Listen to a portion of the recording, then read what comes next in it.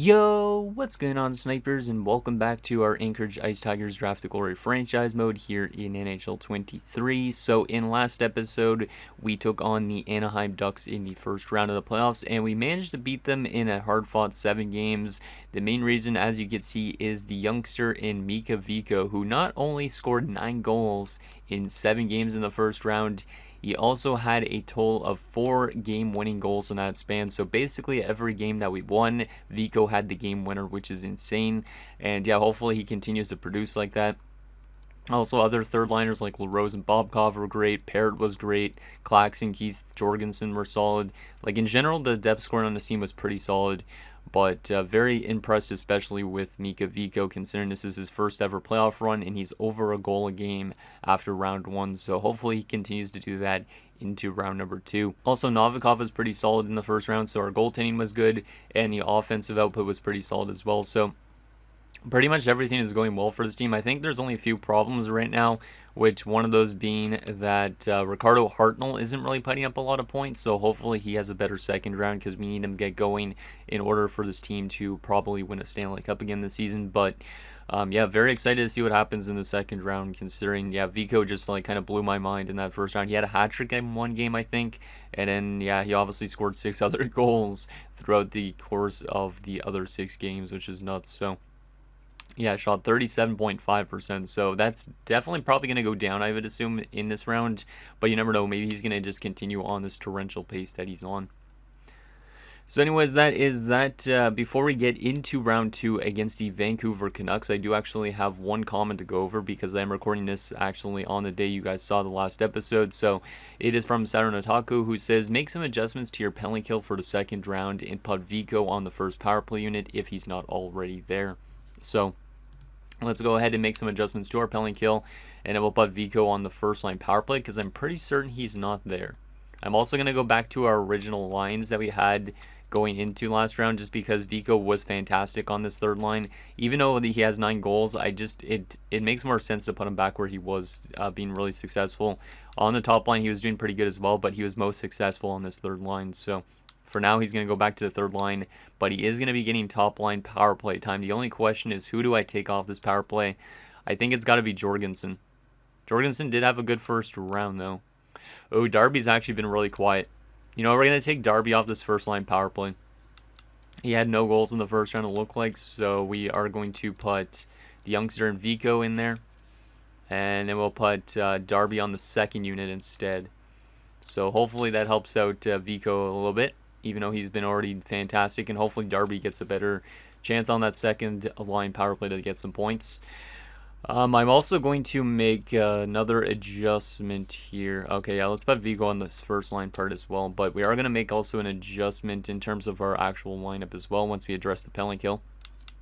And that is probably taking out the Enforcer and putting Hagos back in, just because we put the Enforcer in, he had 1 fight in that Game 7 situation, and that's what he was put in for. So okay, so Darby, let's get him into the second unit. Hopefully he doesn't lose any morale, but that should be fine. Let's go to the penalty kill. What do we need to address with this penalty kill? Because it hasn't been great so far. Maybe split up Parrott and Keith. Yeah, let's try that. Who else is on the penalty kill? Sabern, he shouldn't be on the penalty kill. Well, he's going to get replaced by Hagos. So technically, let's actually just go replace Sabern with Hagos already. Yep, that's good. And we'll put Hagos on the first unit instead, and then move Parrott to the second unit. Just kind of flip-flop things around a little bit and see if that helps out anything. I probably will put Parrott as the center on this one just because Hartnell's more of a shooter. So we'll do something like that. And then the rest of this, I think I'm just going to keep the same. Oh, that -3 one probably is what's hurting the team a little bit. Let's put Hartnell on that one, make it a -2 instead. And yeah, we'll put Parrott on this third one and see if that improves it. No, it's a -3 as well. We'll just try and change things up a little tiny bit. Because, I mean, as long as our penalty kill kind of improves it a little bit, we should be okay. And then the rest of our lineup is going to stay the same. So now Vico will have a good chance to get some more ice time being on the first line power play. Very excited to see what he could do in the second round, considering that first round was probably the best first round, like I said, I've ever seen. I wonder what he could do in round 2. I will show you Vancouver's lines again just in case you guys forgot. But we are facing two former players of ours, those being none other than Larry Wong, who's on the fourth line for the Canucks. I don't know why he's getting fourth line time, but he's also getting some power play time, which is good. And then defensively, we're facing Olli Herikala, one of our former lowly players. First overall pick, actually, in 2029, so over 10 years ago at this stage. He's only 29 years of age, which is kind of crazy. So, a couple former players. Hopefully they don't make an impact for the Canucks, and hopefully we could beat this Canucks team, because I feel like it's pretty similar to the Anaheim Ducks team in a sense. Like, it has worse center depth or similar center depth, but they do have actually like better wingers.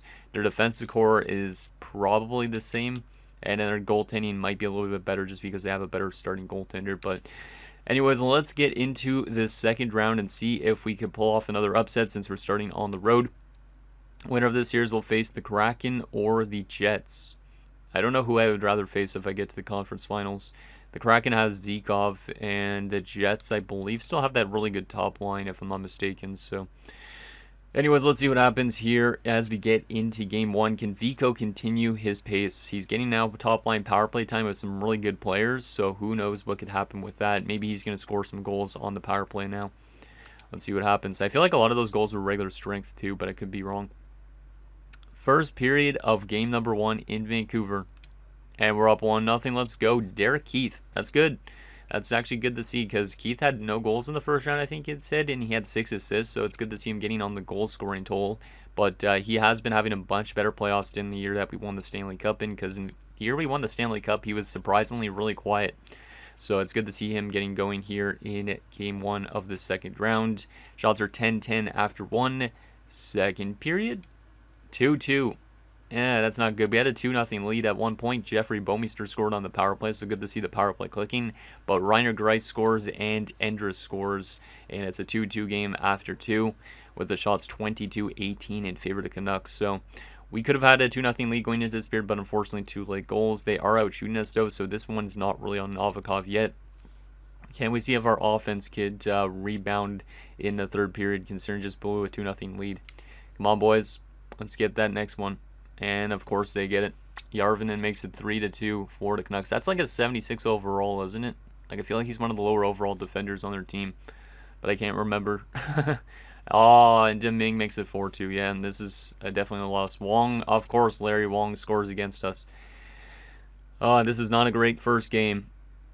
5-2, and that will be your final. No goals for Vico in that game. And did we give up any power play goals against? No, we did not. So our penalty kill improved at least, but we gave up 5 Ethan strength goals, which is not good. We had a 2-0 lead, and then we allowed 5 unanswered. So Keith from Perrin Hartnell and Bomeister from Bobkov and Claxon. Of course, Larry Wong had the score, and Herikala got an assist on that goal too. So the former players come back to bite us in that game. They both get a point each. Any badly minus players? Oh, I put Vico back to the third line because I was thinking it was going to help out. And unfortunately, it made it worse. That third line, all -3. So maybe we'll move Vico back to the top line. I don't know. That's just one game, so maybe I don't want to overthink it yet. Like, if we go down 0-2 in the series and we get badly outplayed in this game again, then maybe make some changes. But yeah, we're going to have a tough time with this Canucks team, I feel like. Because they're a little bit better than Anaheim, in my opinion. Let's go Vico up, Darby third line. Yeah, let's go Darby third line. Darby's been very quiet. He has no goals in 8 games, so I need him to get going here a little bit. And then Novikov, that one I'm not going to put on him still.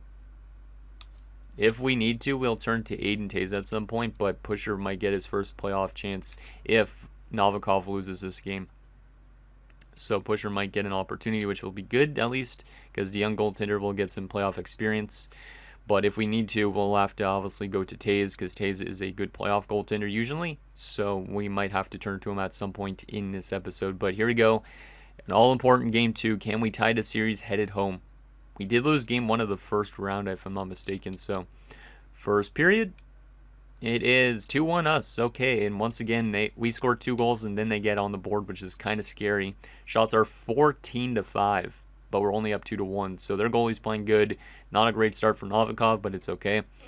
So Cronwall scored though for us, so that's our worst defender, which is kind of funny. Or actually, Ackers might be a little bit lower overall wise, but that's funny that Cronwall scored. And then Ricardo Hartnell scores, so that's good to see Ricardo Hartnell getting on the board, considering, like I said, he had a pretty quiet first round. And then Chip Chura gets the Canucks on the board. Can we add to our lead and get some insurance? Again, I can't talk for some reason. In the second period. Second period. Still 2-1. I will take that. Shots are 26-13 in favor of us, though. So we are definitely limiting their opportunities, and we're getting still a lot of opportunities, but their goaltender is keeping them in this game, which is not great. Can we get some insurance in this third period and lock down this game? Because we definitely need the insurance. Because I do not feel safe only up by one. Penalty kill. And the penalty kill comes through. Nicely done. Maybe those line changes did help out. We get a power play here. And we do capitalize on it. Let's go, Jorgensen, the captain. Leave it up to the captain. And it looks like we are going to have a tie series headed home to Anchorage, which is huge. Yes, okay. Domingue scored with 7 seconds left. So that game winner from Jorgensen on the power play is the difference. They almost came back in that game late too, which is scary. So Cronwall from Hagos and Reinhardt, Hartnell from LaRose and Bouwmeester, and Jorgensen from Keith and Hartnell. Not too bad. Any minus lines in that game? Jorgensen was minus, Denny, Claxton, Strachan, Vico was minus again. So yeah, Vico's a great offensive player, but he's not very defensive. So he's probably a future top 6 player just because of the fact that he's not great defensively, and we'd rather have an offensive guy in the top 6, right? So maybe eventually once guys like Jorgensen are retired, he will get his chance to be a full-time top 6er with some really good players that are still locked up. Okay, we have a tie series headed home. I think we'll keep with the same lineup since Novikov kind of had a good rebound game. Let me take a look at his stat line again for a second, just to make sure we have the greatest goaltender possible in net. Yeah, it improved, I think, a little bit. We aren't going to turn to pusher until Novikov actually drops a couple games. And like I said, Aiden Taze is kind of like the last resort, though, because he's probably... I don't feel like he's going to be here much longer with this team just because we can't really always rely on a 3 tandem goalie, like, I don't know, trio or something like that. I don't even know what I'm trying to say here, but anyways, we have a tie series. Seattle's already up 2-0, and the other series in the East are all 1-1 as well, so... Here we go, Game 3. We're going to keep the lineup the same pretty much. Let's see if we could take a 2-1 stranglehold. Well, not stranglehold. Sears lead here. Come on, boys. First period. 1-0 us. Let's go. LaRose. Okay, so that's the third line with Vico, so that's good that the third line is scoring more goals again. I really like this third line. It's kind of a really underrated third line because LaRose has kind of been always a bottom 6er for us, even though he had top 6 potential at one point. And then you have Bobkov, who's got the low lead potential, who might be in the top 6 as early as next season if Jorgensen retires. And then obviously Vico has really turned into being a very, very good goal scorer. So we have a 1-0 lead after one with the shots 12-8. Can we add to that lead in the second period? Second period, 2-1. Okay, this is a very close series. Larry Wong tied the game up, but Hartnell scores for us. So Wong's got 2 goals against us. Of course he does. Shots are 30-17 in favor of us. And we have a 2-1 lead because of Ricardo Hartnell, who is starting to pick it up a little bit here in the second round, which is good. Let's see what happens here in the third period, see if we get some insurance. And of course they score immediately into the period, and they score right again. God damn it, Novikov. I'm not going to fully blame you on this game, but still, 2 quick goals to start the third period is not a good sign. That's not good. That's not good. Come on, boys. We need to tie it up here late, or else we're going to be down 2-1 in the series, and I might make some line adjustments. Come on, guys. 1 goal, please. And we do not get it, and unfortunately, we lose by 1 goal, despite us out shooting them 44-23, so almost doubled in shots. Yeah, this is one of those series that might go 7 games as well, at the way it's trending. LaRose from Darby and Hartnell from Parrott and Cronwall. Yeah, Vico's been very quiet in the second round, but I mean, I'm not going to complain when he had that great of a first round. He is getting first line power play time now, but he hasn't been doing much with it, but oh well. I might go to pusher this game already, just maybe Novikov needs a break. He is a young goaltender, and maybe he's not used to playing so much, so I think I might go to pusher this game. And then I might rework our lines again. Vico back to the third line. He wasn't on the third line before. Um, Maybe put Hartnell back to that second line again. How's Hogos been? -1, 1 assist in 9 games. Let's put the Enforcer back in. Maybe change the dynamic again of that fourth line. Break some teeth. And then defensively, we will maybe make a slight adjustment here. Move Strachan up, Bouwmeester down. Yeah, something like that. And yeah, we'll go with the Pusher for this game. If Pusher loses, I might honestly go to Aiden Tays. It's no problem from Novikov so far this playoff run, but I need to just kind of flip-flop the goaltending a little bit. Let me take a look at this. That's good. I could always put Parrott as a center instead, but I don't always like doing that. I just feel like he's always better on the wing because he's a goal scorer, so it might be best just to keep him over there. Let's get into this all-important Game 4. See if we get tie this series headed to Vancouver, because if we lose this game, then I feel like we're more likely going to lose the series unless we could win 3 straight games, but it might be really tough against this Canucks team. But here we go. Very important game here. Can we win this game on home ice and keep the series as even as possible? First period, 1-1. I guess I'll take that. This has definitely been a close series in terms of goal scoring, so even if we lose this round, at least we put up a pretty solid effort for the most part. So Jorgensen scores, and that gets us on the board. So good to see the captain scoring. And then Pope tied the game up. Shots are 15-11 in favor of the Canucks. Can we get the lead in the second period? Second period, 2-1 Vancouver. Oh, man. Busher's having a good game, but we're down by 1 goal to start the third period, which is not a great sign, as Domingue scored in that second period. Shots are 26-22. We're only down by a goal. Can we find a way to tie this one up? Our offense is definitely dried up in the second round, though. Hey, there we go, Parrott. Let's go. He hadn't scored in a while, so that's good to see. Penalty kill. Nicely done, penalty kill. It's been doing better since we've made those adjustments. Hey, and Parrott scores again. Parrott's such a great third period player, and of course they tie it right back up, though. Power play for us. Come on, boys. We might be going to overtime in this game. This has been a very, very close series. And we are going overtime in a very important stage. Parrott had 2 third period goals, but they answered back. Shots are 33-32 in favor of us. If we get the next goal, at least we have a tie series headed to Vancouver. If we allow the next goal, we got to win 3 straight games, which means we got to pull some wins out of our ass somehow. But let's see what happens here. Can Parrott maybe complete the hat trick in overtime? Because I know he has that capability to do that. Come on, boys. Or Vico could score an OT too. Who knows?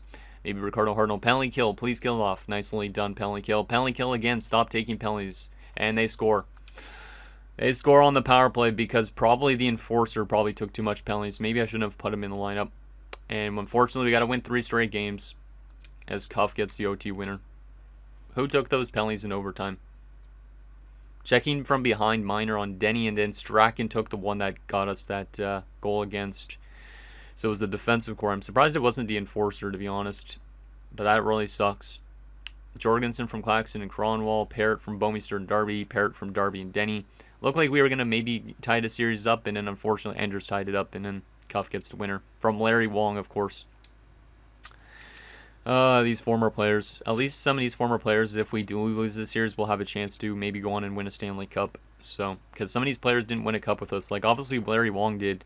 But Herrick Hallett's never won a Stanley Cup, so that'd be cool. Zekov's never won a Stanley Cup. Maybe he'll win in Seattle. So at least we'll have some things to kind of be a little bit positive about. So Parrott, the first star, still in that loss with 2 goals. Darby, the second star, with 2 assists. And Cuff, the third star, with the game-winning goal. We got to find a way to win 3 straight games. So you know who I'm going to turn to? I'm going to turn to Aiden Tays for these 3 games. If we actually get to 3 games, that is. But Vico is still leading the team in points. He has had no points here in the second round, so it's been a bit of a disappointment for him. But, yeah, that first round, I can't really complain about it. So, yeah, we'll go to Novikov as the backup. Pusher's going to get scratched, and Aiden Tays is going to get the reins for this one. We're also going to take the Enforcer back out just because of penalties. Don't want to get into trouble with that. And Hogos will be back in. And then we will try Vico back to the top line, like where he was last round for a little bit. And we'll put Jorgensen on that third line, I think. Yeah, we'll put Jorgensen back on the third line and try running something like this again. And Bouwmeester back to the top 2. Yeah, we'll go with that again, I think.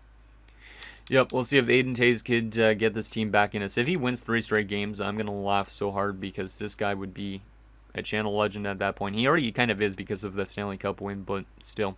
Okay, guys, let's get into this important game and see if we can fight off elimination.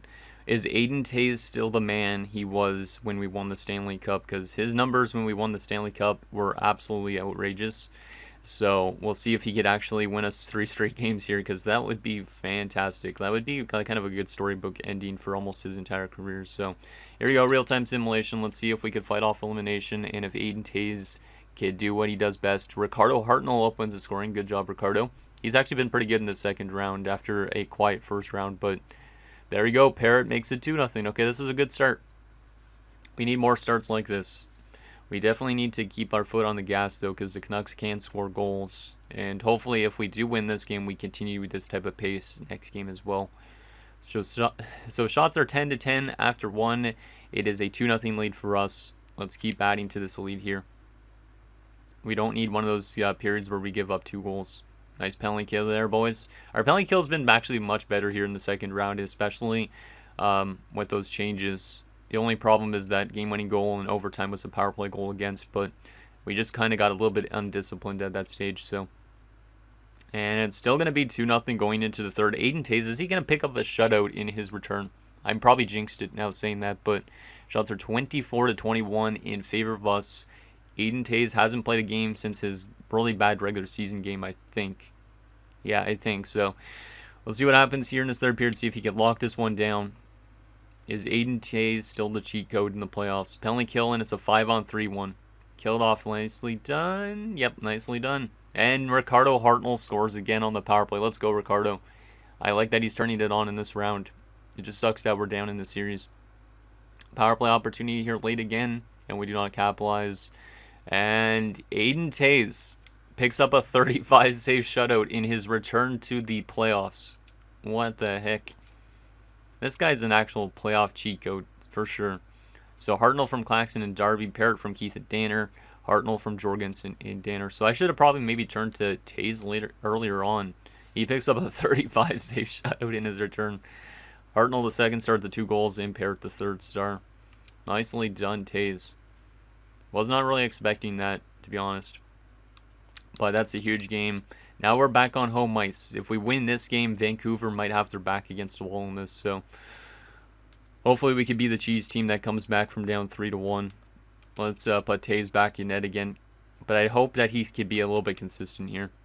Because if he's not consistent, then that's going to suck. But literally, like, look at his playoff numbers compared to his regular season numbers. Last 3 years in the NHL, always below an 893. You go to his playoff numbers. The last 3 playoffs, he's had over a 900 save percentage, but the last 2 playoffs especially, he has 3 shutouts in an 18-game span. He's basically 13-4-1, with probably like a 930 something save percentage. Like, he's outrageous. He is outrageous. Like, I don't know if this guy's technically a Channel Hall of Famer, but he definitely is kind of like one of those underrated players that you don't expect to be good, and he ends up being good. So yeah, I don't think he's going to make the Channel Hall of Fame, to be honest, but he has an argument for it just because he won us a Stanley Cup and stuff like that. But Parrott's now leading the team in points with 11 points in 12 games. He's got 8 goals in that span, too, so he's been fantastic. So good to see him at least picking up points while Fico is kind of on the sidelines a little bit. Okay, so Tays back in net again. Can we force a Game 7? Can Aiden Tays win us another game? Come on, Aiden. I believe in you, man. You just picked up a shutout. Can you do something good here in this game, too? And we open the scoring right away, and it's Fico, who had not scored in this round at all. That is good. That is good to see Fico score. He's got 4 game-winning goals in this playoff run so far. Does he have another one in him? We're already up 1-0. Final few minutes of this first period. Penalty kill. Nicely done, guys. Our penalty kill is doing so much better. Shots are 16-9 in favor of the Canucks, which is not good, but Aiden Tays has been locked in. He's made he's made 51 consecutive saves here in this playoff run so far. Can we get some more insurance in the second period here? Come on, boys. Come on. This is an important game. We force Game 7. That could be huge for us. And they tie it up. Sharnquist on their 24th shot. Damn, we're giving up a little bit too much chances here. Penalty kill. Kill it off, boys. Kill it off. Nicely done. We're giving up way too much chances in this game. Come on, boys. Do it for Taze. Taze has been fantastic. Let's go! With 1 second left in the second period, Ricardo Hartnell, who's had a fantastic second round, has given us a 2-1 lead going into the third. We're being outshot 30-19. Aiden Taze is fantastic. He's made 64 of 65 saves, I think, now in this round. Absolutely unreal.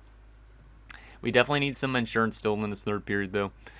But we might be able to force a Game 7 here if this team keeps it up here. Come on, boys. This might be the last period of the season. It might not be. Let's see what happens here. See if we could get that insurance. Because that is important. Parrott, maybe. Somebody. Vico again. He does have a goal in this game. And let's go, Bouwmeester. Let's go. 3-1. That's a huge goal. They give us a 2-goal lead. Final few minutes here of Game 6. Are we forcing a Game 7? It looks like we are. We were down 3-1. Ricardo Hartnell scores again. And we are going to a Game 7 in the second round after being down 3-1. Aiden Taze only allows 1 goal in 2 games. Vigo from Parrott and Cronwall, Hartnell from Claxton, Darby, Bouwmeester from Danner, and Hartnell from Cronwall and Denny. Wow. 37 saves for Taze in that game. He's now made 70-something saves in 2 games. I don't even know the math, but wow. Aiden Taze might be the playoff cheat code. I honestly should have started running him in the first round at this rate. Was not expecting him to do this good since he had a really rough regular season game that he played. But he's definitely getting a chance to play Game 7. Sorry to Novikov and to Youngster Pusher, but Aiden Taze proving that he is still the man. He has a 986 save percentage through 2 games. Is he the cheat code? Can he win us Game 7 and get us to the conference finals? Oh my goodness. I just can't believe how good of a playoff goalie this guy is, because I usually never have a good goalie that's like really consistent playoff wise, but Aiden Taze is that guy. I don't know if it's because he's really fast, because he's got good speed, endurance, and agility. But yeah, other than that, actually he has good glove side. His stick side is very weak by comparison though. But yeah, Aiden Taze, you're getting Game 7. And then Novikov is still the backup. Pusher is there in case we get to the third round. But holy, was not expecting us to get all the way to a Game 7. I did think this series was going to go to 7 games in the beginning of this episode. But then when we were down 3-1, I felt like it was going to end in like 5 or 6 games. But here we are. Game 7 situation. We're in Vancouver. Hartnell's had a great playoff round. Taze has obviously had a really great last 2 games.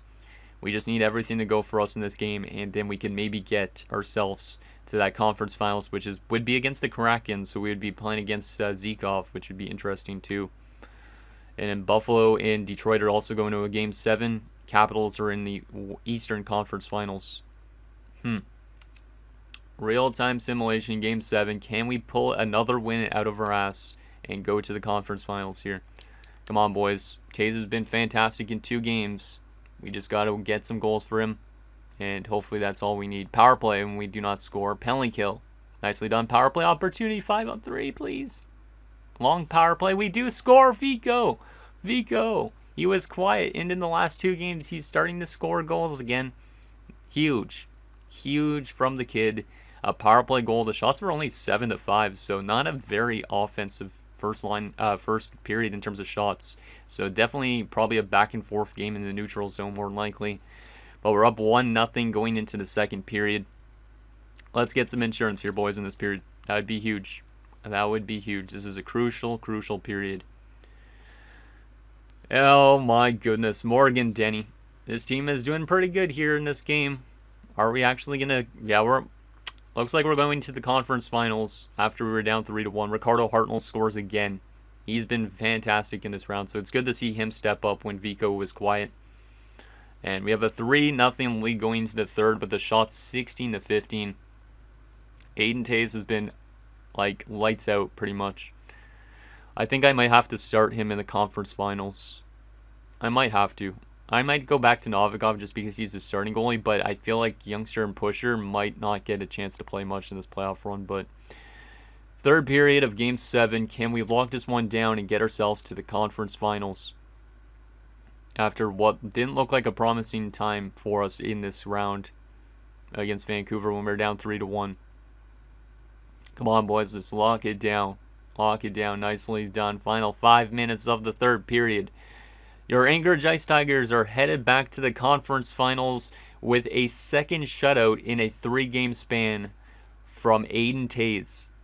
He has made almost every single save he had to in those 3 games. He only allowed 1 goal in 3 games.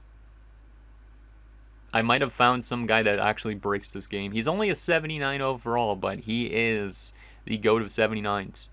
Shots were 30-17, so they piled it on in the third period as well, if I'm not mistaken. Yeah, shots were 14-2 in that third period, but Aiden Tays was just like, nah, man, we are going to the conference finals. Damn. Holy crap. I honestly did not expect that.